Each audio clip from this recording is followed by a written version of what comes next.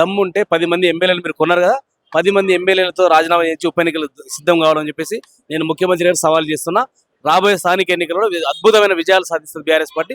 చాలా అద్భుతమైనటువంటి ఓట్లు వచ్చినాయి మాకు. జూబ్లీస్ కూడా దాదాపు 40% ఓట్లు మా పార్టీకి వచ్చినాయి. ప్రస్తుతం మనతో పాటు విజయ్ కుమార్ గారు ఉన్నారు, బీఆర్ఎస్ పార్టీ సీనియర్ నాయకులు. విజయ్ కుమార్ గారు, ఈ రోజు బీఆర్ఎస్ పార్టీ ఓడిపోవడం తోటి బీఆర్ఎస్ పని అయిపోయిందని చెప్పేసి అనుకోవచ్చా? ఇట్లా చాలా మంది చాలా ఎన్నికల్లో చూసినారు. కేసీఆర్ గారు నాయకత్వంలో అనేక ఉప ఎన్నికల్లో పోరాటం చేసింది బీఆర్ఎస్ పార్టీ. ఎన్నో విజయాలని అందుకున్నటువంటి పార్టీ బీఆర్ఎస్ పార్టీ.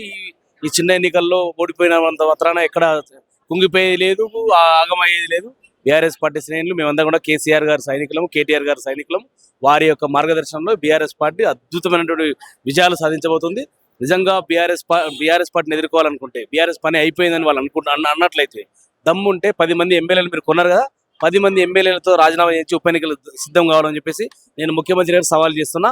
రాబోయే స్థానిక ఎన్నికల్లో అద్భుతమైన విజయాలు సాధిస్తుంది బీఆర్ఎస్ పార్టీ.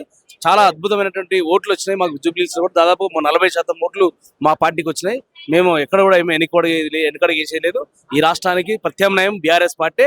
ఈ రాష్ట్రానికి, తెలంగాణ రాష్ట్రానికి శ్రీరామ రక్ష కేసీఆర్. అయితే ఇక్కడ చూసుకున్నట్టయితే కేటీఆర్ వర్సెస్ రేవంత్ రెడ్డి అన్నట్టు ఎన్నికలు సాగినాయి కదా. ఇక్కడ కేటీఆర్ ఓడిపోయినాడు రేవంత్ రెడ్డి గారు గెలిచారు అనుకోవచ్చా? కేటీఆర్ గారు party working president, Revanth Reddy గారు ముఖ్యమంత్రి. ఒక ముఖ్యమంత్రి ఒక ఉప ఎన్నికని కాలుకి బల్పం కట్టుకొని బస్సి గల్లి తిరిగి చూసినారా మీరు ఎక్కడన్నా? ఓటుకి 10,000 ఇయ్యంగా చూసినారా ఎక్కడన్నా? ఎన్ని కుట్రలు, ఎన్ని కుతంత్రాలు, రిగ్గింగ్లు చేసి మొత్తం బూతులను క్యాప్చర్ చేసేటువంటి కుట్ర చేసి బీఆర్ఎస్ పార్టీ పోరాటం చేసింది, ఎదుర్కొన్నది, పోరాటం చేసింది. Will fight continue.